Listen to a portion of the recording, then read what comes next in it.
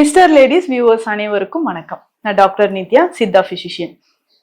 கல்லீரல் தொடர்பான பிரச்சனைகளுக்கு ரொம்ப ரொம்ப எளிமையான தீர்வுகள் என்னன்றத இந்த பதிவுல பார்க்க போறோம். ஏன்னா லிவர்னால தான் நிறைய பிரச்சனைகள் வருது. லிவர் பாதிக்கப்பட்டிருக்கு, கல்லீரல்ல நிறைய டாக்ஸின்ஸ் இருக்குன்னா நிறைய சிம்டம்ஸ் நமக்கு தெரிஞ்சிடும். ஹேர்ஃபால்ல இருந்து நம்ம முகத்துல ஏற்படக்கூடிய சுருக்கங்கள் வரைக்கும், அதுக்கப்புறம் இர்ரெகுலர் பீரியட்ஸ்ல இருந்து, இர்ரெகுலர் பீரியட்ஸ்க்கும் கல்லீரல் நிச்சயமாக, நம்ம கல்லீரல் தான் மேஜர் ஆர்கன். நம்ம உடல்லயே முக்கியமான ஒரு ராஜ உறுப்புனா கல்லீரல். அப்போ பெண்களுக்கு மென்ஸ்ட்ரல் ப்ராப்ளம்ஸ்ல இருந்து கான்ஸ்டிபேஷன் ப்ராப்ளம் வரைக்கும் நிறைய பிரச்சனைகள் இதனால ஏற்படுது. கல்லீரல் பாதிப்பு அவ்வளோ சீக்கிரம் நடந்துராது. நம்ம உடல்லையே ரொம்ப எவ்வளோ நீங்க டார்ச்சர் பண்ணாலும் சரி, எவ்வளோ அடி அடிச்சாலும் தாங்கக்கூடிய ஒரு உறுப்புனா அது கல்லீரல்.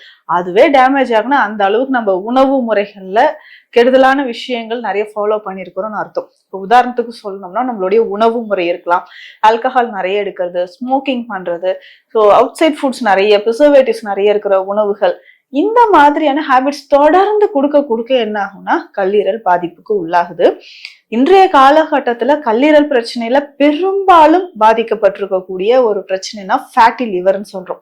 ஆல்கஹால் எடுத்தாதான் ஃபேட்டி லிவர் வருதா? அப்படி கிடையாது. ஸோ ஆல்கஹால் எடுக்கலனாலும் நான் ஆல்கஹாலிக் ஃபேட்டி லிவர் இன்றைக்கு நிறைய பேருக்கு இருக்கு. ஸோ ஃபேட்டி லிவரோ, அதுக்கு அடுத்தது பார்த்தோம்னா கால் பிளாடர்ல ஸ்டோன் இருக்கிறது. ஸ்டோனு, ஸ்லட்ஜ்னா ஜெல் மாதிரி. ஸோ இந்த கால் பிளாடர்ல செக்ரீட் ஆகக்கூடிய அந்த பைல் எல்லாமே ஜெல் மாதிரி மாறக்கூடியதை நம்ம பார்க்கிறோம். ஸோ இந்த கண்டிஷன், லிவர் சிர்ஹோசிஸ் ஏற்படுறது, இது எல்லாமே நமக்கு கல்லீரல்ல பாதிப்பு ஏற்பட்டு அதுக்கப்புறம் ஜாயிண்டிஸ் வருது. காமாலை பிரச்சனை பரவலாக எல்லாருக்குமே தெரிஞ்ச விஷயம். காமாலைனா சித்தா மெடிசன்ஸ் எடுத்தா போதுங்க. கீழாநெல்லிய மோர்ல கலந்து கொடுப்பாங்க, அதுக்கப்புறம் கொஞ்சம் மூலிகை சூரணம் கொடுப்பாங்க, அது சாப்பிட்டாவே நமக்கு காமாலை போயிடும். பரவலாக எல்லாருக்குமே தெரிஞ்ச ஒரு விஷயம்.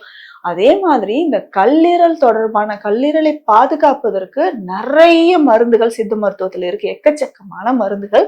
அதே மாதிரி நம்ம உணவு முறைகளிலும் நம்ம ஃபாலோ பண்ணக்கூடிய விஷயங்கள் நிறைய இருக்குன்னு சொல்லலாம்.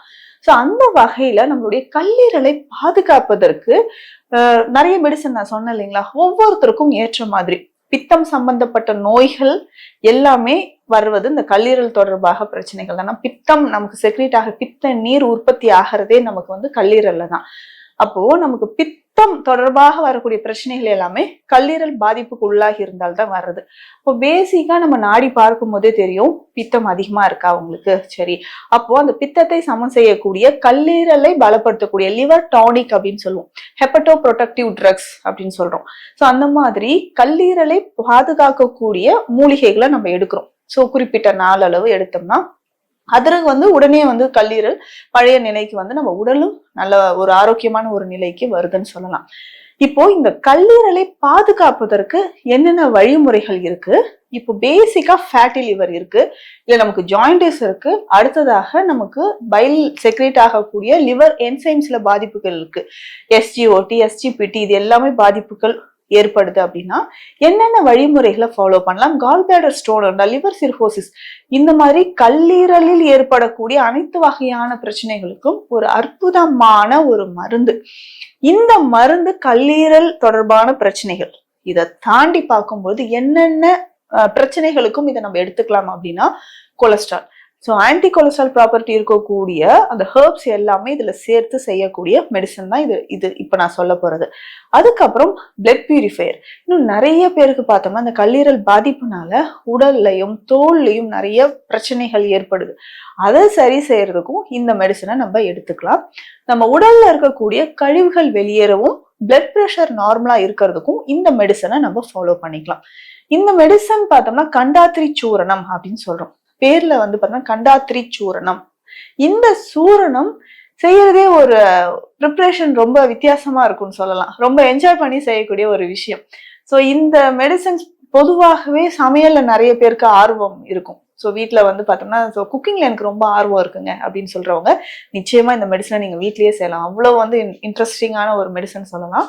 அதற்கு அடுத்தது இதுல இருக்கக்கூடிய மூலிகைகள் எல்லாமே நமக்கு கல்லீரல், அதுக்கப்புறம் இப்ப வரக்கூடிய மழை காலங்கள் இருக்கு இல்லைங்களா, மழை காலங்கள்ல ஏற்படக்கூடிய நுரையீரல் சம்பந்தப்பட்ட பிரச்சனை, வீசிங் இருக்கு, ஆஸ்மா இருக்கு, தொண்டை கட்டு இருக்கு, நுரையீரலை பலப்படுத்தணும், மூச்சு விடுறதுக்கே சிரமமா இருக்கு, அடிக்கடி நெஞ்சில கோழை கட்டு இருக்குனாலும் இந்த மருந்தை தாராளமாக சாப்பிடலாம். சரி, இந்த மெடிசனை நம்ம எப்படி செய்ய போறோம்னா, முக்கியமான இதுக்கு தேவை என்னன்னா இஞ்சி.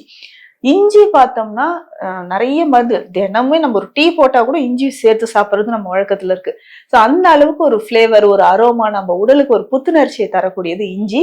கல்லீரல் தொடர்பான பிரச்சனைக்கு இஞ்சியை பேசிக்காவே நம்ம வந்து சின்ன சின்ன துண்டுகளாக்கி தேன்ல போட்டு சாப்பிட்றது ரொம்ப ரொம்ப ரொம்ப நல்லது. இது வந்து இஞ்சி தேன் உரல் அப்படின்னு சொல்லுவோம். இந்த இஞ்சியை பயன்படுத்தி செய்யக்கூடியதுதான் கண்டாத்திரி சூர்ணம். பல வருஷமாக நம்ம வந்து இந்த மெடிசனை கொடுத்துட்டு இருக்கிறோம். நுரையீரல் சம்பந்தப்பட்ட பிரச்சனைக்கு, மெயினா கல்லீரல் தொடர்பான பிரச்சனைக்கு, பெண்களுக்கு ஏற்படக்கூடிய இர்ரெகுலர் பீரியட்ஸ் இருக்குனாலும் இதை நம்ம பயன்படுத்தலாம். பிளட் பியூரிஃபையராகவும் இதை நம்ம எடுத்துக்கலாம். இது பொதுவாக கல்லீரல் சம்பந்தப்பட்ட பிரச்சனைகளுக்கு இதை எப்படி பயன்படுத்துறோன்றதும் நான் சொல்றேன். இதை எப்படி செய்யணும்னா, இதுக்கு முக்கியமாக இஞ்சி நமக்கு தேவைப்படும். ஒரு 1/2 கிலோ அளவுக்கு இஞ்சி எடுத்துட்டு நல்லா வாஷ் பண்ணிட்டு தோல் எல்லாம் எடுத்துட்டு திரும்பவும் இதை வாஷ் பண்ணி சின்ன சின்ன பீசஸா நம்ம கட் பண்ணி எடுத்துக்க போறோம். இந்த இஞ்சி எடுத்து வச்சிருக்கோம் இல்லைங்களா, இதுல கொஞ்சம் எலுமிச்சை சாறு விட்டு கலந்து வச்சுக்கணும். நிறைய சாறு விட வேண்டாம்.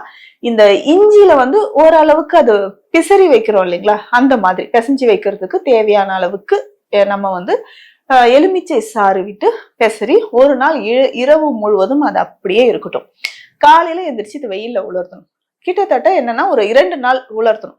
அந்த இஞ்சி வந்து அந்த எலுமிச்சை சாறு ஃபுல்லா அப்சர்வ் பண்ணிட்டு ஓரளவுக்கு பாதி அளவு அது வந்து உலர்ந்த மாதிரி வந்தா போதும். இப்போ இந்த ஸ்டேஜ்ல என்ன பண்ண போறோம்னா, ஒரு 300 கிராம் அளவுக்கு சீரகம் இதுல சேர்க்க போறோம்.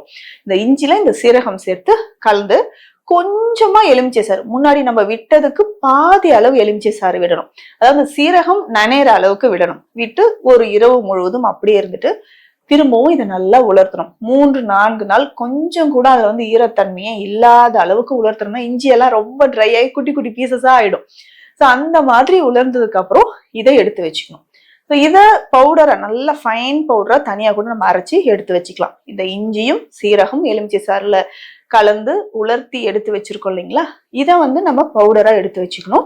இதனோட வேற என்னென்ன மூலிகை பவுடர் நம்ம சேர்க்க போறோம் அப்படின்னா, சுக்கு, மிளகு, திப்பிலி, திரிகடுகம் அப்படின்னு சொல்றோம் இல்லைங்களா, இது 3. அடுத்ததாக தாளிசப்பத்திரி. இந்த தாளிசப்பத்திரி தான் எதற்காக நான் நுரையீரல் சம்பந்தப்பட்ட நோய்களுக்கு இதை சாப்பிடலாம்னு சொன்னேன்னா, இந்த தாளிசப்பத்திரி இருக்கு இல்லைங்களா, இது. அதுக்கப்புறம் பார்த்தோம்னா திரிகடுகமும் இருக்கு.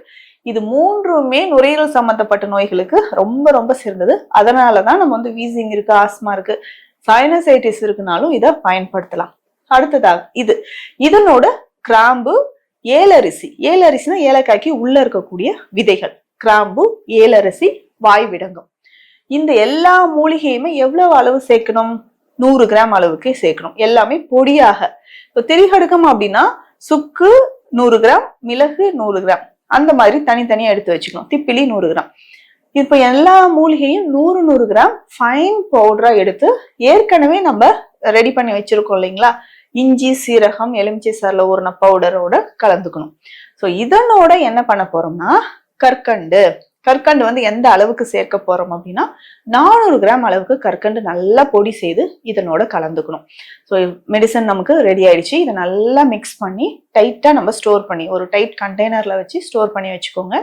சரி, இதை யாரெல்லாம் எப்படி பயன்படுத்தலாம்? நான் முன்னரே சொன்ன மாதிரி கல்லீரல் தொடர்பான பிரச்சனை இருக்கிறவங்க இதை வெந்நீர்ல கலந்து ஒரு நாளைக்கு 2 வேளை உணவுக்கு முன் சாப்பிடணும். யாரெல்லாம் சாப்பிடலாம்னா, ஃபேட்டி லிவர் கண்டிஷன் இருக்கிறவங்க, லிவர் சிர்ஹோசிஸ் இருக்கு, முக்கியமாக பார்த்தோம்னா நமக்கு கால் பிளாடர்ல ஸ்டோன் இருக்கு அப்படின்னு நினைக்கிறவங்க, கால் பிளாடர் ஸ்டோன் இருக்கக்கூடியவங்களும் இதை பயன்படுத்தலாம். நுரையீரல் சம்பந்தப்பட்ட நோய்கள் இருக்கிறவங்களும் இதை பயன்படுத்தலாம்.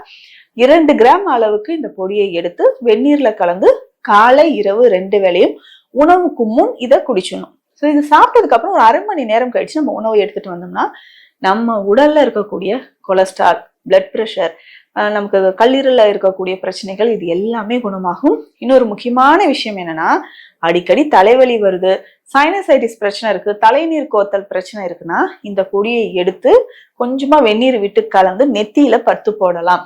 ஸோ எக்ஸ்டர்னலாகவும் இதை நம்ம பயன்படுத்தலாம். தொண்டையில கரகரப்பு இருக்கு, அதுக்கப்புறம் தைராய்டு கிளாண்ட்ல வீக்கம் இருக்கும். நிறைய பேருக்கு தொண்டையில பார்த்தோம்னா தைராய்டு கிளாண்ட்ல வீக்கம் இருக்கும். அதற்குமே இந்த பொடியை கொஞ்சம் எடுத்து, இப்ப தலைவலி ரொம்ப என்னால தாங்கவே முடியல அப்படின்னு சொன்னீங்கன்னா இந்த பொடியை கொஞ்சம் எடுத்து நம்ம கொஞ்சம் வெந்நீர் விட்டு கலந்து போட்டுக்கலாம். என்னன்னா கற்கண்டு சேர்க்காம கொஞ்சம் தனியா எடுத்து வச்சுக்கோங்க. கற்கண்டு சேர்க்காமல் இருக்கக்கூடிய பொடியை தான் நம்ம வெளிப்பிரயோகத்திற்கு பயன்படுத்தணும். ஸோ தலைவலிக்கு பத்து போடுறதுக்கோ, குரல் கம்மல் இருக்கு, தைராய்டு கிளாண்ட்ல ஸ்வெல்லிங் இருக்கு அப்படின்னா கற்கண்டு சேர்க்காமல் இருக்கக்கூடிய இந்த பொடியை நம்ம எக்ஸ்டர்னலா பத்து போட்டுக்கலாம். ஸோ இந்த மாதிரி கல்லீரல் தொடர்பான பிரச்சனைகள் இருந்ததுன்னா இந்த மாதிரி இந்த மெடிசனை ஃபாலோ பண்ணிட்டு வந்தோம்னா நிச்சயமாக ஃபேட்டி லிவர் குறையும். உணவிலும் நம்ம என்னென்ன ஃபாலோ பண்ணோம்னா அடிக்கடி கொஞ்சம் வெந்நீர் குடிச்சுக்கோங்க. அதுக்கப்புறம் உணவில் நார்ச்சத்து அதிகமாக இருக்கக்கூடிய கீரை, காய்கறிகளை நம்ம நிறைய சேர்த்துக்கணும். அதுக்கப்புறம் இரவு நேரத்தில் உறக்கம்ன்றது ரொம்ப ரொம்ப அவசியம்.